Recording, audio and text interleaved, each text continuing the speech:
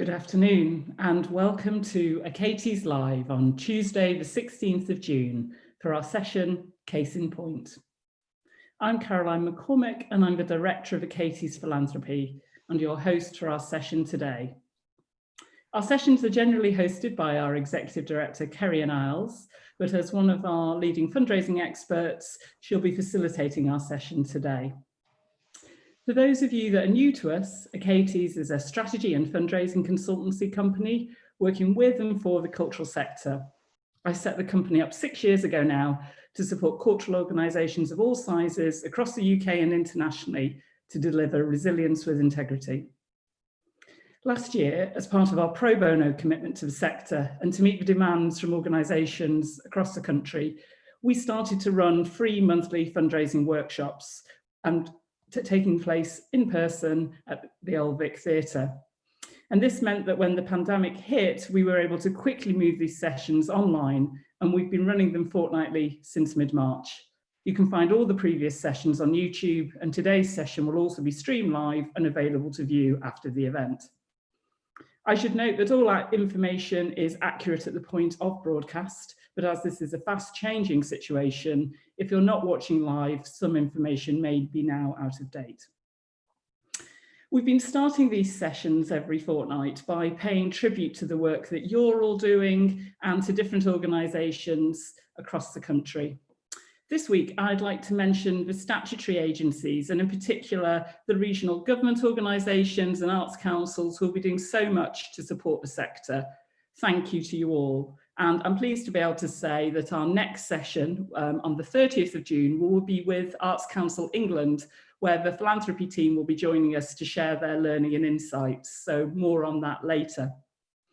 Today's session, however, is, as I've mentioned, focused on case in point and examines how you can sharpen your case for support to maximise impact at this time. Joining us today are two sector leaders who are going to share their insights and approaches. We have Jeremy James, Artistic Director of Tramshed. Hello, Jeremy.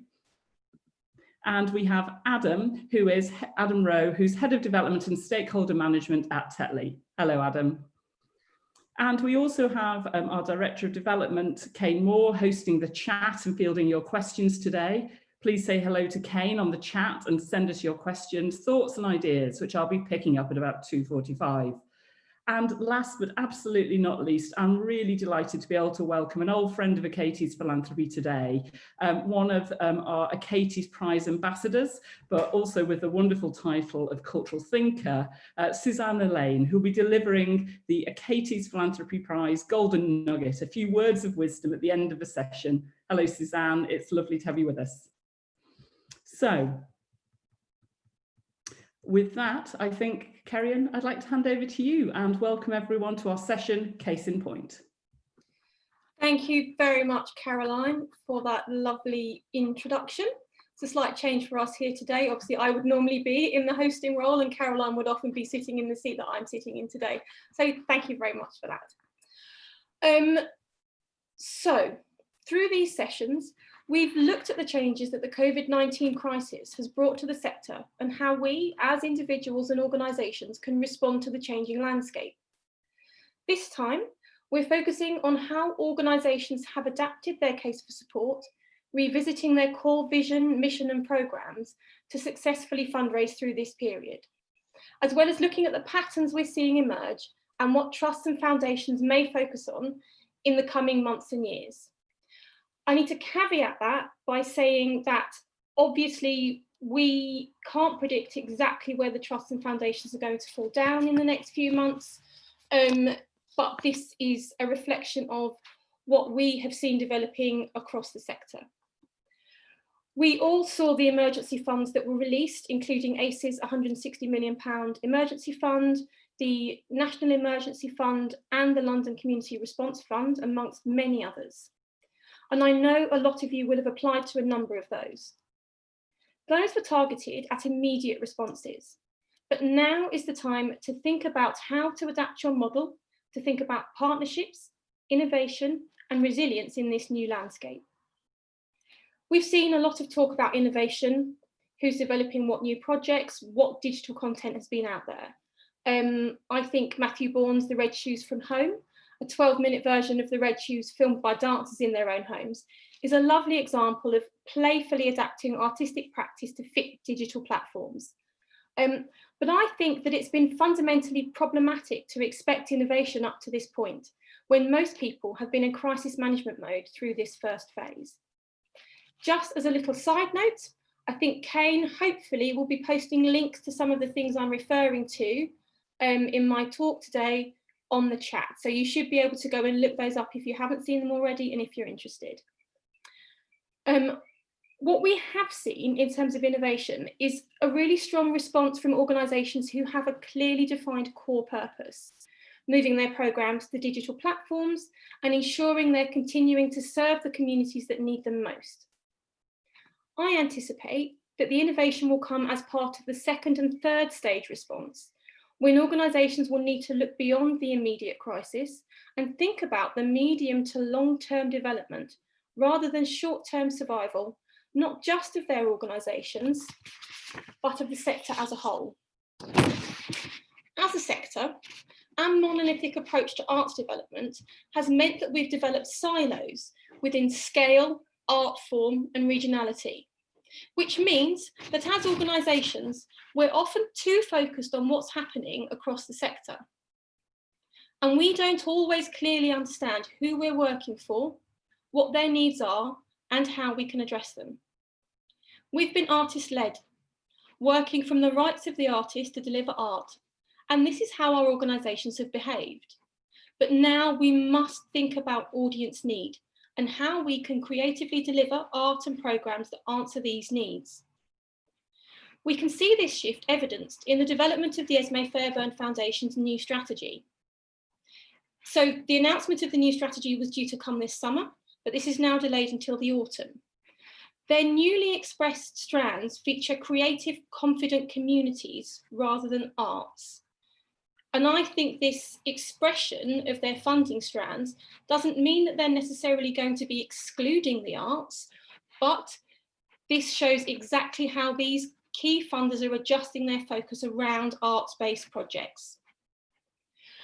We started to have this conversation partly in our last session on the 2nd of June with Deborah Larwood of Opera North, asking organisations to go back to their vision and mission and core programmes to refine their case for support to enable fundraising.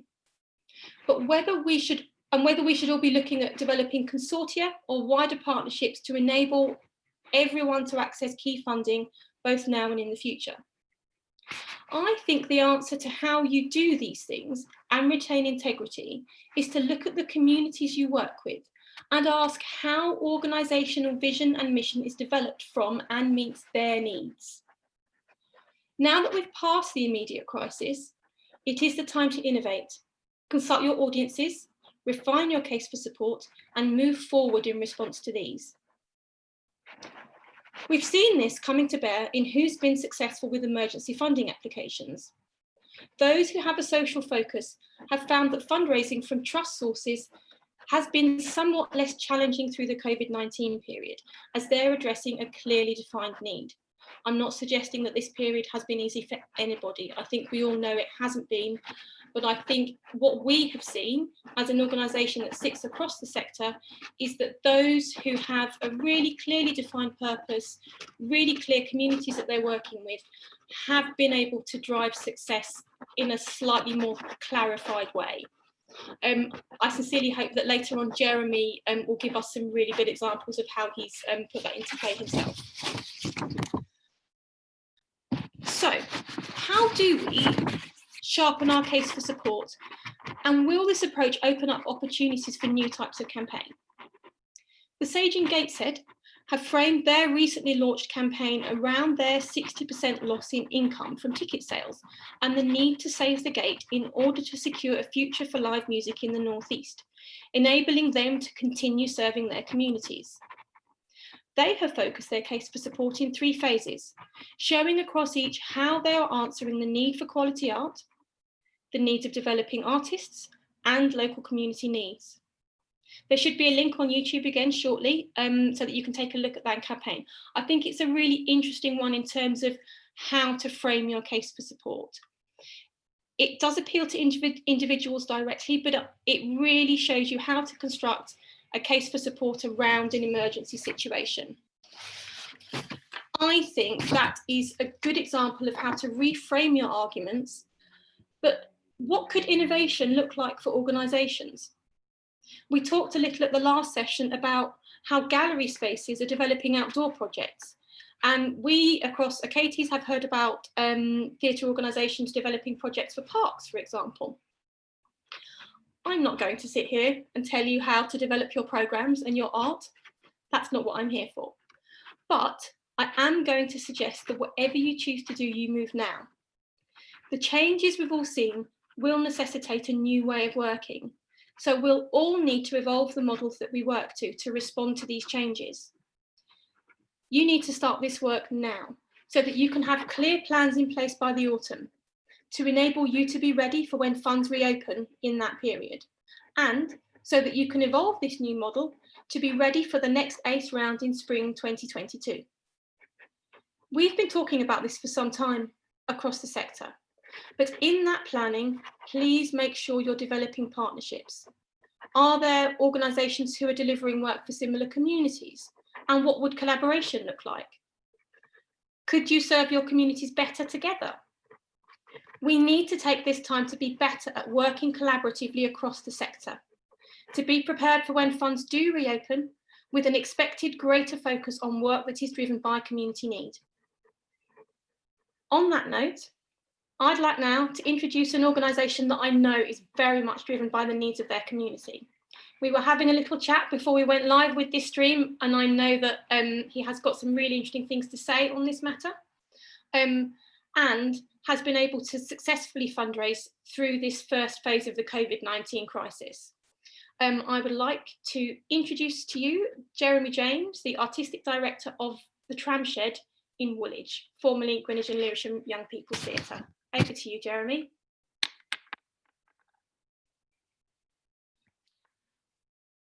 Oh, Jeremy, I think you're... Got it. There we go. Thanks, Carrie-Anne, and hello, everybody. We're still trying to get used to working with Zoom. So I think, as Carrie-Anne said, we're an art centre and a community hub. We're based in Woolwich in the heart of Greenwich. And we have quite a broad programme of engagement and work. So we do run as a venue, but we're not driven by our sort of performance programme. We are driven by our participation and engagement programs. So we have a large youth arts participatory program weekly and termly. We have a significant developing artist program supported by ACE and Esme. We have a community engagement program where we work with lots of varied community groups who engage in the building. Some of them the artistic side of that is quite light touch. Essentially, they come to us and they want to use the building in different ways, and we enable that. And then we still produce our own theatre and touring work and schools, educational theatre. I think we were lucky when COVID-19 arrived in that we were in the midst of a transition. We were restructuring the staff team, and I think literally I feel we were lucky because it allowed us to, we'd actually already started a redundancy process for some roles, so which was obviously not a positive experience. But on the other hand, we were immediately allowed to withdraw that process and to furlough those staff who've remained. So we've furloughed 6 staff and we've kept 6 working throughout the period.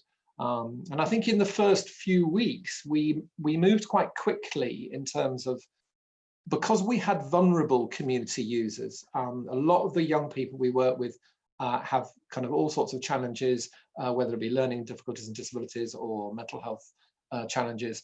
So we work with quite a lot of vulnerable sectors. We work with the adults with learning difficulties community as well.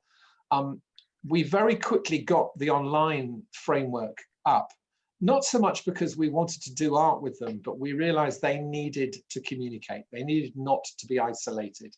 And we could see that whatever way this went, it was going to become quite an isolating experience. And actually what happened as after the sort of the normality, we were saying to artists, look, we don't know how much art you're going to do, but what we want is you to enable conversations, enable them to experience the normal, see each other, communicate, talk. We virtually took out shares in Zoom. I think we've got 4 Zoom Premier channels at the moment because of all the different programs and them overlapping. But it allowed us to start actually as conversations, but very quickly people said no, they wanted to do drama, they wanted to do the things they would normally do, they wanted to sing, they wanted to do whatever it was that was at the core of that activity. So within having piloted right at the end of March and early Easter 2 or 3 programs, from middle of April we had about 15 weekly programs up and running, 10 of them for young people, 4 or 5 for the more community groups. We also did quite a lot of listening to some of our community groups. We've got quite a few elder groups who were a bit unsure about technology. So we did quite a lot of enabling, getting people online, getting people to use Zoom. We did little kind of teaching classes to some of the key leaders in those communities about how they can simply use it, which was quite useful because we were also trying to work out how to use it as well. But actually that paid, I think, dividends for the community. And I suppose it's examples the way we've always been an organization that works quite closely with those people that come into the building and who they are. And that actually started, we closed the building down 4 days before government closed down venues, because actually the community was saying they felt really uncomfortable about coming, they didn't want to come out, and therefore we were reading what they were thinking and saying.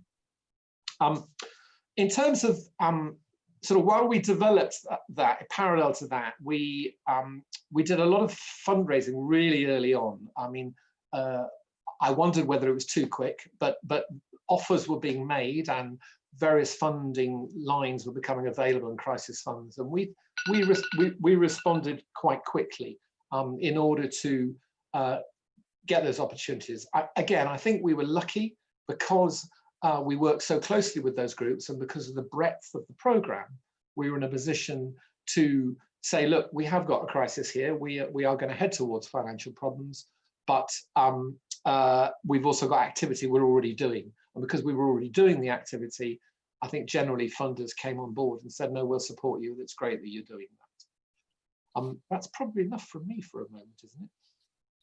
Thank you very much, Jeremy.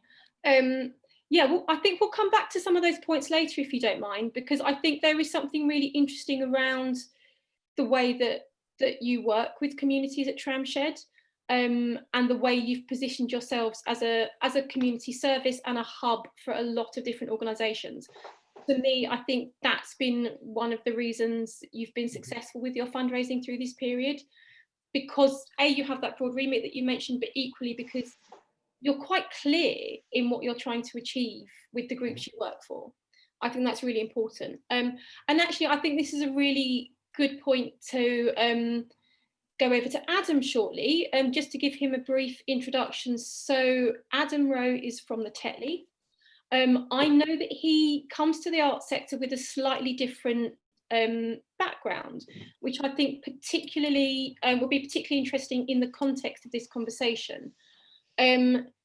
His background is in adult and community learning, so he's coming into this conversation with a greater understanding of community consultation, how you ask your audiences for what they need, and then how you address those needs in an arts context. I'm not going to say too much more. I'm going to let Adam speak for himself. Over to you, Adam. Thanks, Carrie.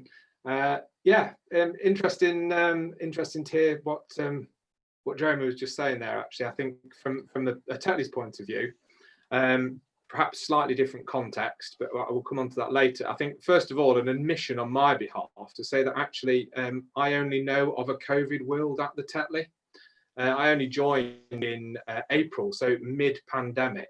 Obviously, the organisation, we were already in lockdown, and fortunately, they continued their recruitment, and I was took on this role. So yes, I don't actually have any first-hand experience of what a pre-COVID Tetley actually looked like, but I don't think that's a bad thing, actually, because I don't come with any of the preconceptions of this is how we do things. I don't have the attachments to the old Tetley, shall we say. nor do I have the baggage that, you know, we inherently build as we grow into our roles. And I hope this is something that, as we continue this conversation, we can start to talk about in terms of what the new post-COVID era might look like. Thinking about, you know, the idea of change and how we redefine ourselves going forward. But for now, I think it's just worth me saying that, you know, I honestly do believe that if we want to make sure that we are able to develop and continue to progress as a sector, you know, make sure it's really fit for purpose, embracing the needs of our community, and that's in whatever form they may take, then I think we really need to be ready and prepared to change not only how we do our business, but also the way we engage with our communities. And I think a really important sort of takeaway from me through all this has been is that we mustn't forget that actually, although lots of the needs will remain the same, we obviously, you know, done a lot of work around understanding and identifying needs and working with communities to identify those. I actually think there's going to be a whole load more that, you know, that are a direct result of the crisis that we do not yet understand, and they probably aren't going to materialize for quite some time, actually, as people themselves reflect and kind of identify what they might be. So yeah, so as has already been mentioned, my background is I spent sort of the last almost 15 years working adult and community learning across the UK. So quite a different sector. And I think what I've identified in the last two and a bit years or so working in the arts is that actually I do have, in some instances, quite a different approach to engagement and the understanding of why we do what we do with communities and individuals. And again, this has already been touched on, but I have seen quite a lot of artist-led approaches. And don't get me wrong, it's not saying that these don't work, because in lots of instances they do work really well. But I would question whether they are always meeting the actual needs of the communities we're seeking to serve, simply on the basis that I've got this kind of, I have a bit of a philosophy around this in terms of if we're not sort of led by our communities, or at least engaging them in a way that's on an equal footing, then we stand to do to somebody, not do with. And that has been something that's been, you know, for me has always been part of what I've actively sought to do, is to make sure that we're doing things together, collaboratively with our audiences and our participants. So as I say, yeah, I come from a different sector, and I don't think for 1 minute that I have all the answers, or any sector has all of the answers. I don't think anyone does. But I do think there's a lot to be said for lessons that we can learn across sectors. And again, I think that's something we'd like to talk about, hopefully be able to talk about that a little later. So yeah, now before I go off even more of a tangent, let me bring myself back to the Tetley. So, you know, it's fairly obvious, isn't it? I think we'd all agree COVID and its legacy is going to be, and probably will remain, one of the biggest challenges we're likely to experience as a sector and probably as a society for quite some significant amount of time. But, you know, I think there is a glimmer of hope in all of this. There's a real light at the end of that tunnel. It's given us a period of reflection in lots of instances, and an opportunity to reset. And I don't think that probably wouldn't have happened for most of us without this crisis. But it is now up to us to determine what we do as a result of that. So yeah, at the Tetley, and we found this an incredibly difficult time. I'm sure there are lots of you out there in exactly the same situation, but you know, we're a relatively young organisation, only about 5 years old, and the team have worked really hard to build a business model that is kind of able to stand on its own 2 feet, financially speaking.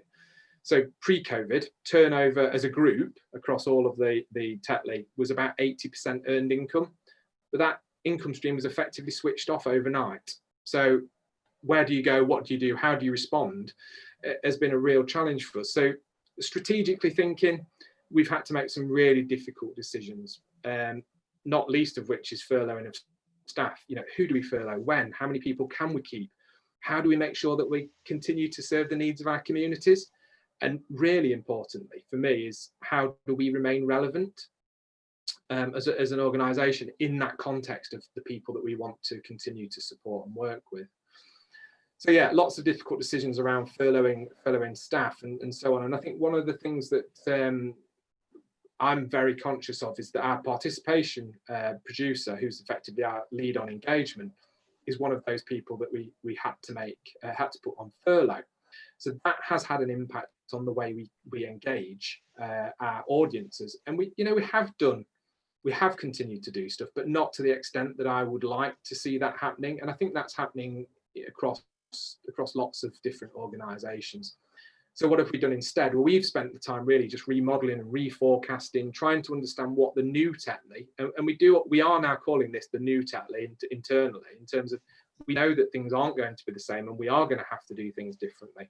So we've had that opportunity now to begin those conversations and look at how that might look like. And going forward, we feel fairly confident we've now got a plan of how we'll be reopening, phased model, looking at soft launches, hopefully in August, with a full reopen later that time. And at that point, I think then we'll be back in trying to understand how we can drive this forward in terms of our engagement approach. But I'm really hopeful that we can do something early. And I think the point you made, Kerry-Ann, earlier about actually need to do something now is really important. And I think you're absolutely right.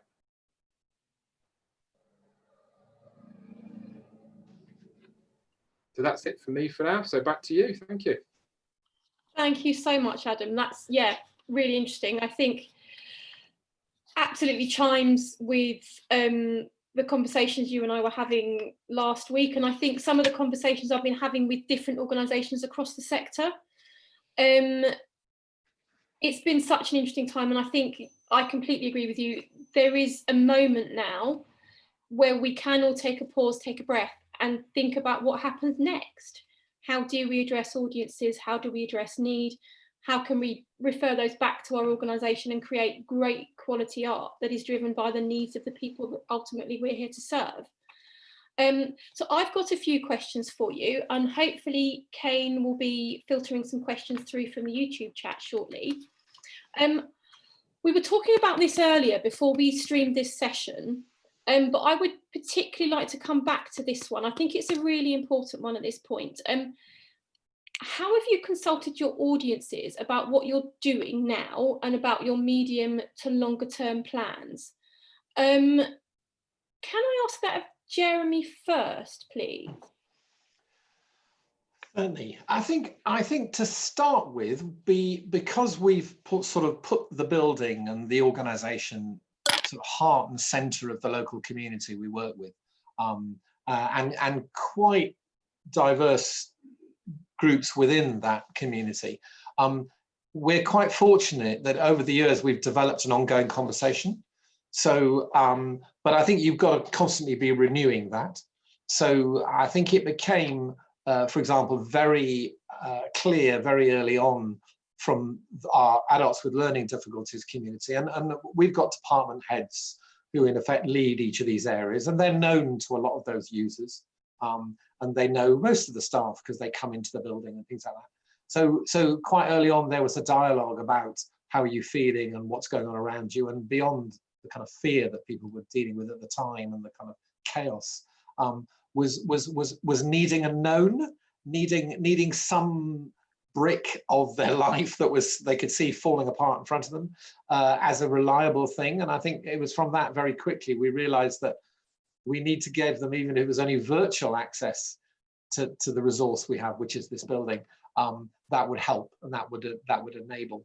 And I think that's a really interesting thing for the arts, is that we, if you're fortunate enough to be running an organization that has a building, that has a space, that sits in a community, I think seeing that now ever more importantly than before as a resource, that frankly you've got to facilitate the community feeling like it's an asset that they have a bit of ownership over, that they have access to, is really important.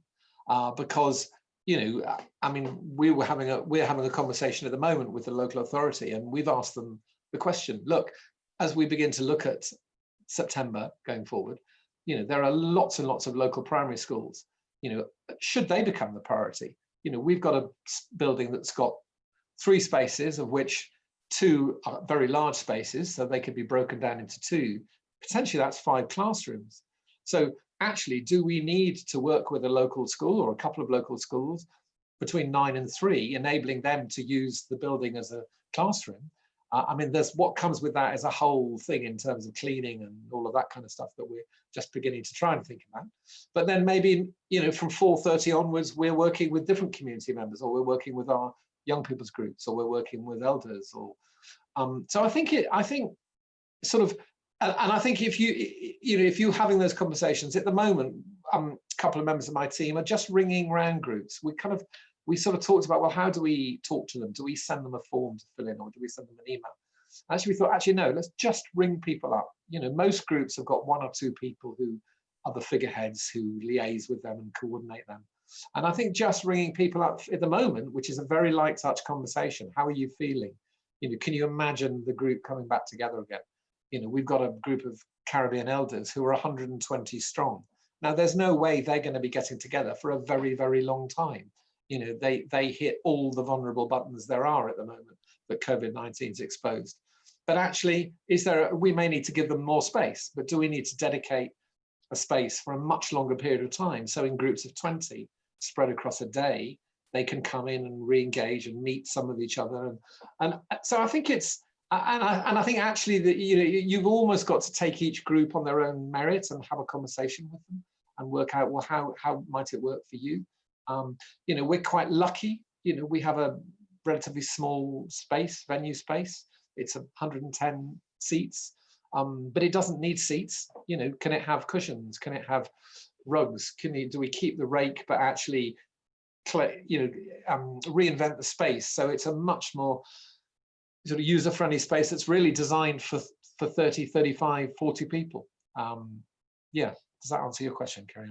It absolutely does. Yeah, I think that's a really interesting response there. I mean, I think what's so interesting about the way you work is that you really do see your venue, your organisation as a community resource. And I think that is really, it goes back to what I was saying earlier. It's those organisations that are really clear about their core mission, their vision, who they're there to serve, that are actually able to innovate. And I think that's exactly what you're talking about. You're thinking really broadly about the community need.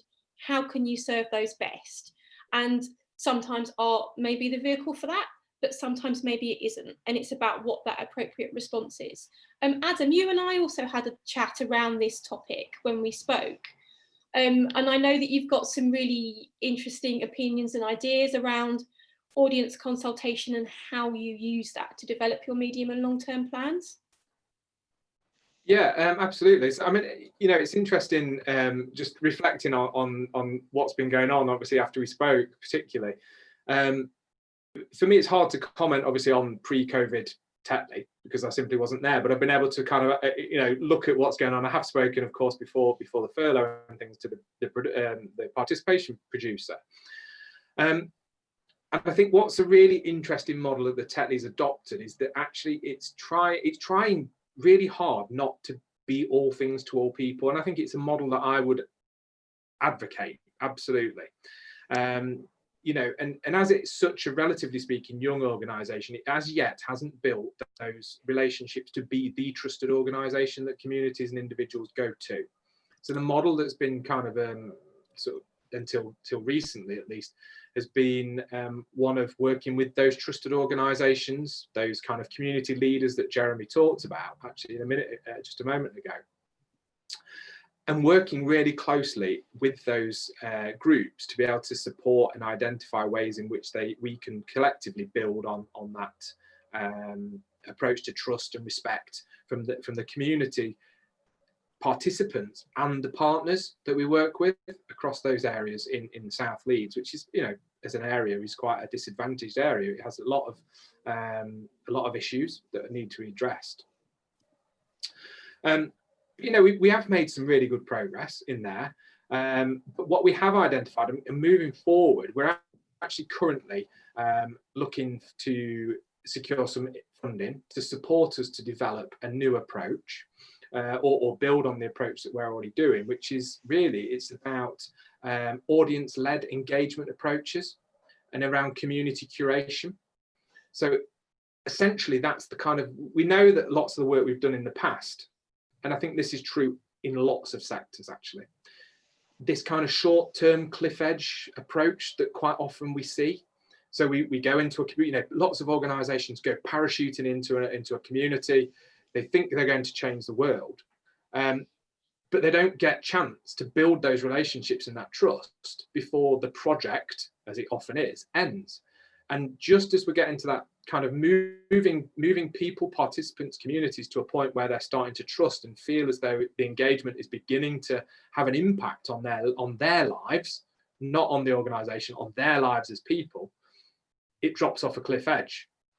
And we lose all of that trust and all of that really good work that could have been sustained, should I say, if something had been in a more long-term approach. So that's essentially what we're now working to develop. We've spent the last couple of years actually piloting this approach. And now, as I say, we are currently looking to secure some funding to enable us to develop this model on a longer term basis, so that we're not doing the short-term approach. We're offering consistent engagement opportunities, ultimately leading to the kind of a step change in the way that we work across our whole program.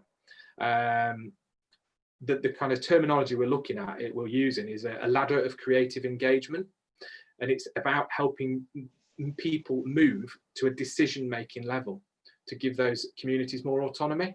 So it's kind of, I find it fascinating actually, and this is, I feel this is something that I've seen in other sectors, and I'm so pleased that it's happening in the arts as well, because I think if we all do this collectively together, we'll be in a far stronger position down the line than we are right this minute. Thank you so much, Adam. I think that's really interesting. I think I always get quite excited when people start talking about ladders of engagement. I think it's that as a fundraiser, I think there tends to be lots of things you can get hold of in terms of how you develop that case for support, how you present those programs, how you can package those things and think about them, both in terms of the whole picture and the kind of the long-term growth and that deep engagement, and actually what the impact is for those groups that you're working with. But equally, you can then start to think about actually what's the picture between these two rungs, and how can we think about that picture. So I think there's a lot of opportunity there, both for real impactful programs, which obviously is what we're all trying to do, but also for really successful fundraising, kind of thinking about those things kind of longer term, but actually what are the component parts of that. I think on that note, I'm aware that we've had a lot of activity on the YouTube chat. So I'm going to go over to Caroline, who's going to bring in some of those questions from the live stream. Absolutely, and thanks all for your questions coming through, some really great ones here today. Adam, I'd just like to pick up on something you mentioned, which is you talked about the fact you're applying for some money at the moment, but also you mentioned that one of your participation team head is on furlough. And there's a lovely question from Miriam saying, basically, how do we progress going for funding when we've got our participation team off? And it'd be interesting to hear how you've both gone about that, but Adam, if we could start with you.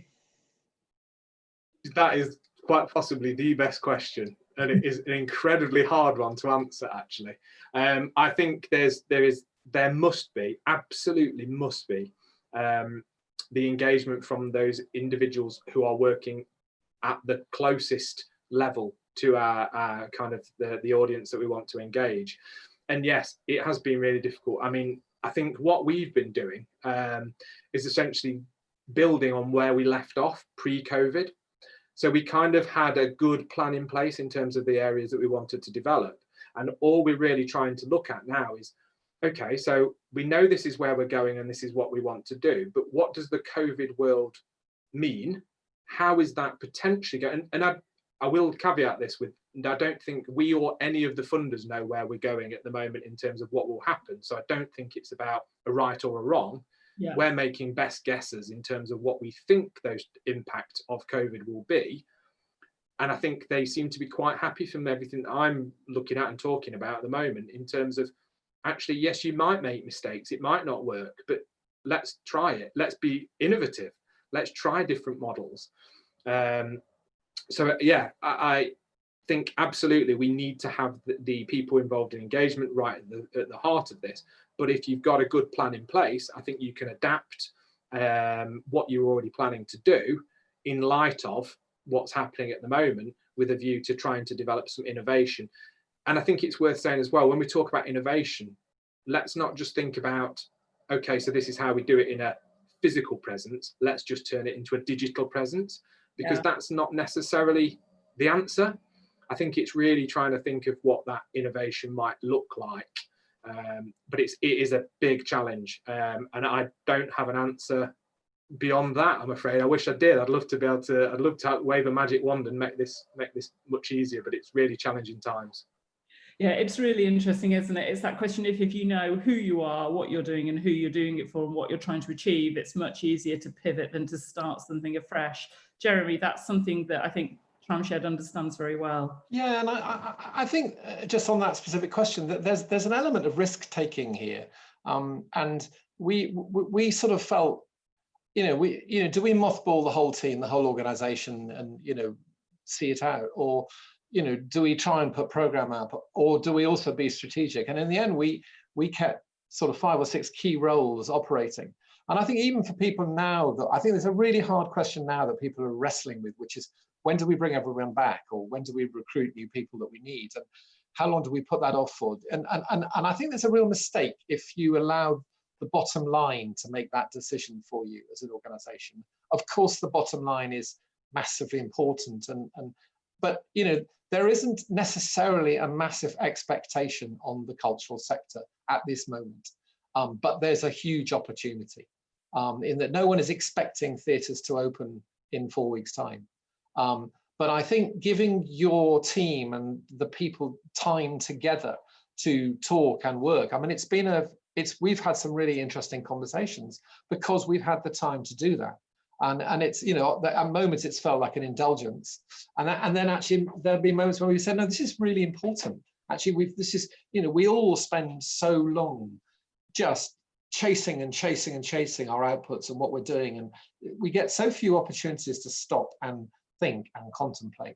And I feel that this has offered an opportunity, and it still can. It can still, over the next couple of months, there is yes, I think there will be a shift probably around the September framework, but I think generally there is an opportunity for people. We were having quite an interesting conversation about consultation, and we were looking at all the different communities that we need to put more structure on our consultation.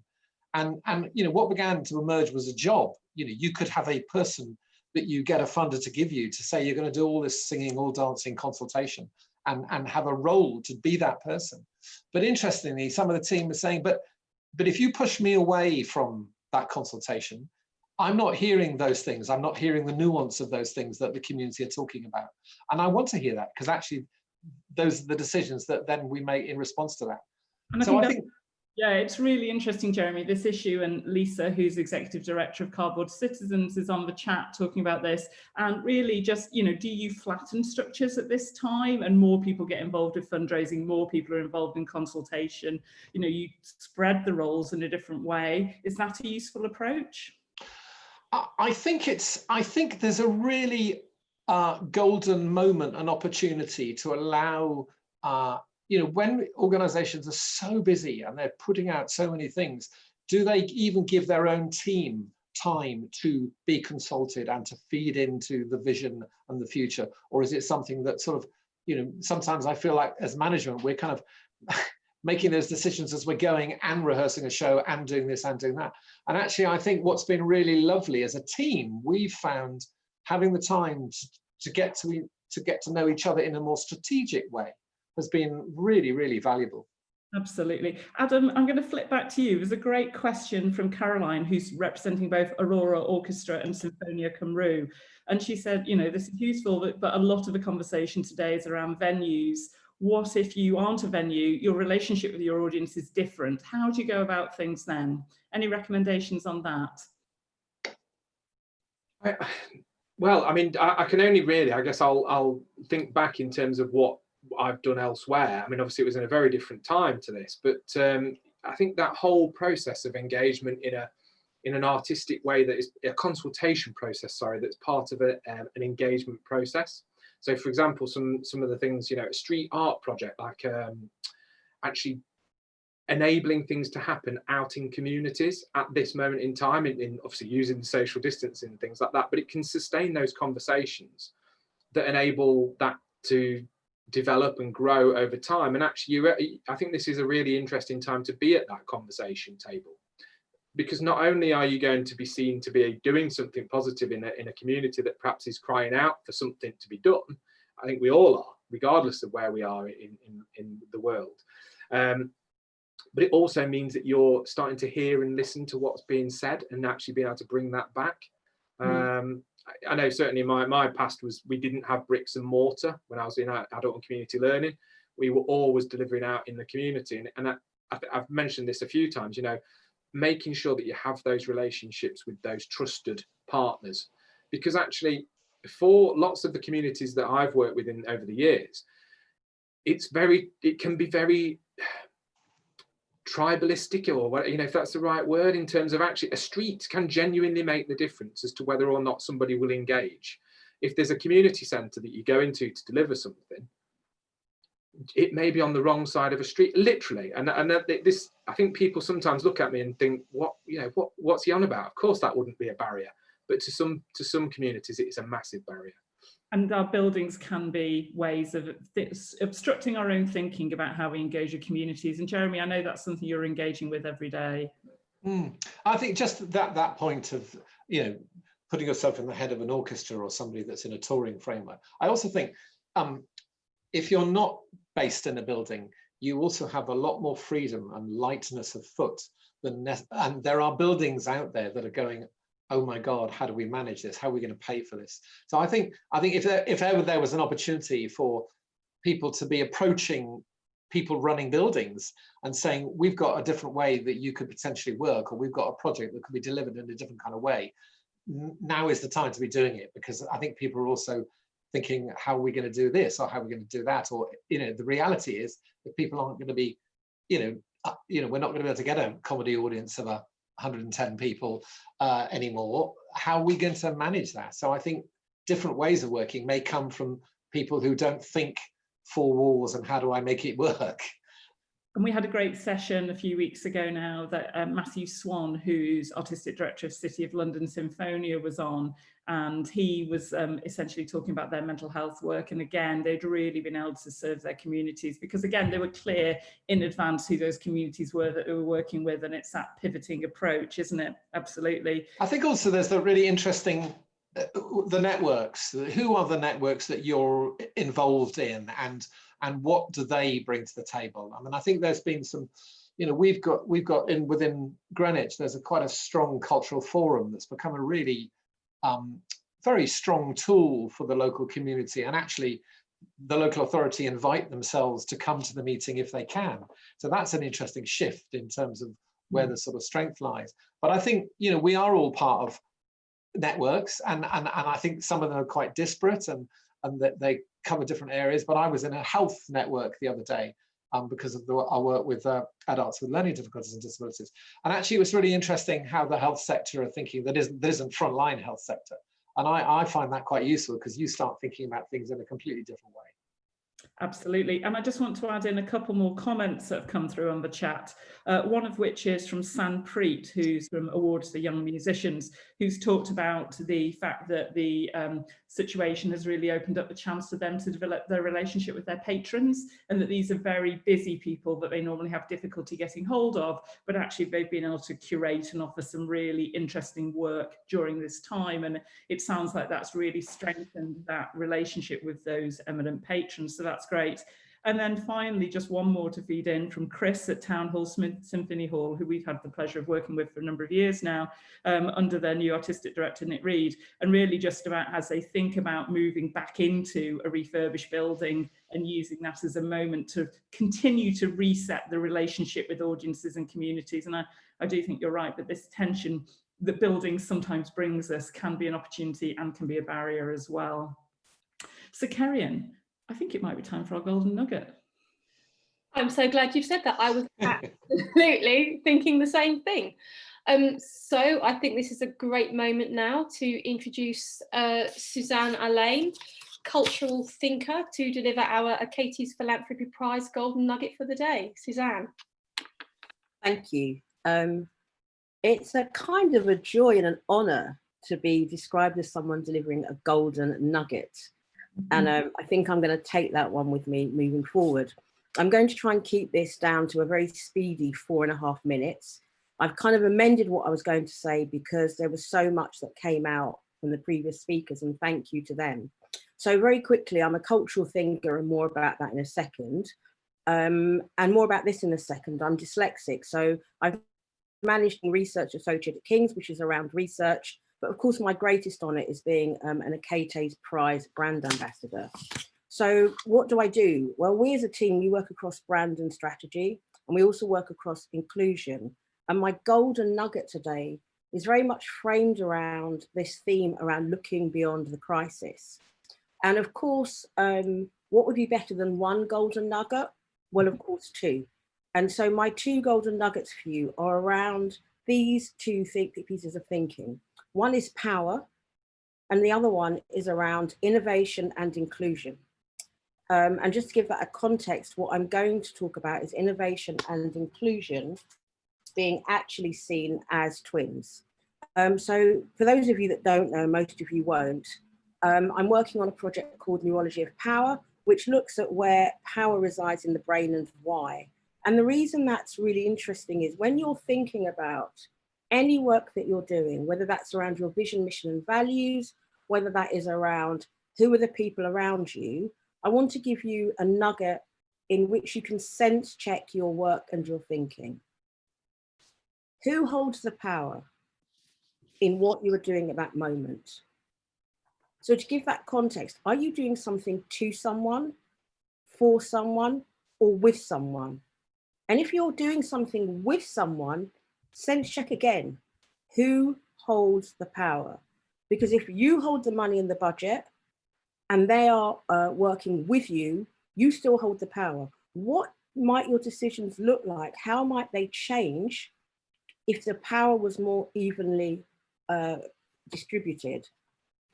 And one of the reasons that I'm doing this research, just to give it context, is that, gosh, this might be a surprise to you to see that I'm Black and I identify as a female. Some of the things you may not know is that I have multiple mental health diagnoses from PTSD, and I also have dyslexia. I would argue, for me, as someone within the arts sector, that it is power that has stopped giving us more diversity and inclusion. And without that diversity and inclusion, you won't get what my second nugget is around innovation and inclusion are twins. They are not friends, they are not cousins, they do not live on different planets, they are twins. And why would I say that?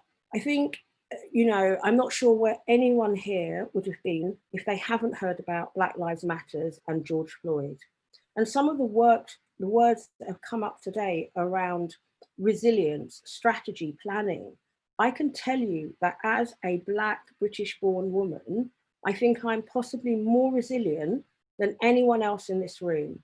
And for those people that for the first time in their lives are reading around the level of discrimination and prejudice that me and my community face, I want you to think about what we could bring to your organizations. And I say that in that context, because I believe that color of skin is still the deepest divide. But I also say that if you apply that thinking to us, then apply it to all of me, which includes the mental health, apply it to the age, because if you do that, you will get your innovation. We've had to innovate. I want to wrap it up very quickly by just giving you some other words around resilience and around this idea that a lot of people are understandably saying, what do we do? Do we save our organization or do we do diversity? I would leave you with this fact. I don't think you can do the first without the second. Thank you. Suzanne, it is always a privilege to have you with us, and you always make us think. Thank you. Really wonderful thoughts for us all to consider there, and also feeds us into a couple of the future sessions. I should mention that our session in the middle of July the session after next will be focusing on how we can maintain our commitment to diversity going forward amongst the challenges. So picking very, very much up on what Suzanne's saying there. And I should say that our next session on the 30th of June June at 2 p.m.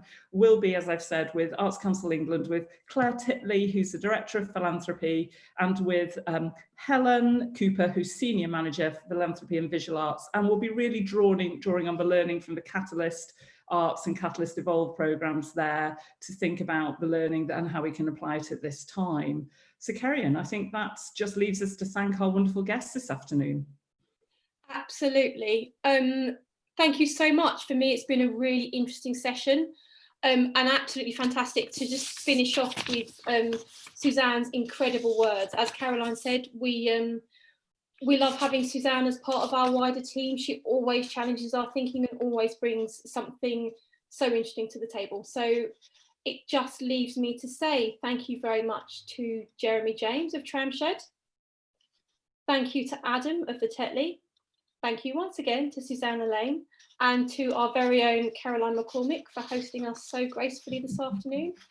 And that is all from us. We will see you again. Sorry, Caroline, can you remind me of the date again for the next session? The 30th of June is our next session at 2 p.m. or back on YouTube. Perfect. Thank you so much. Hopefully we will see all of you there. Goodbye.